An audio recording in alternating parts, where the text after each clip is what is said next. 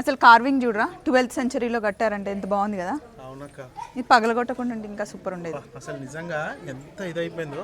ఇది first marking చేయకుండా ఇంకా కొంచెం ఇన్కంప్లీట్ వర్క్ ఉంది అక్క. ఇక్కడ కూడా చూడిగో. అవును, ఫస్ట్ వాళ్ళు ఇట్లా మార్కింగ్ చేసుకుంటారేమోరా. మనం ఇక్కడ చూడండి మొత్తం ఇక్కడ ముగ్గురు రావాలి, ఇది మార్కింగ్ చేశారు యాక్చువల్లీ. సో అట్లా మార్కింగ్ చేసుకొని వాళ్ళు హ్యాండ్తో అలా చెక్కడం అసలు నార్మల్ విషయం కాదు.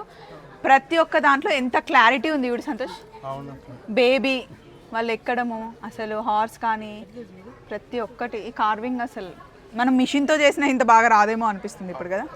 ఇది చెయ్యాలంటే మనం ఇప్పుడు సిస్టంలో పెట్టి మొత్తం స్కెచింగ్ వేసి ఇలా రావాలి, ఇంత డెప్త్ ఉండాలి, ఇంత ఉండాలి, ఈ సైజు ఉండాలని అనుకున్నాం.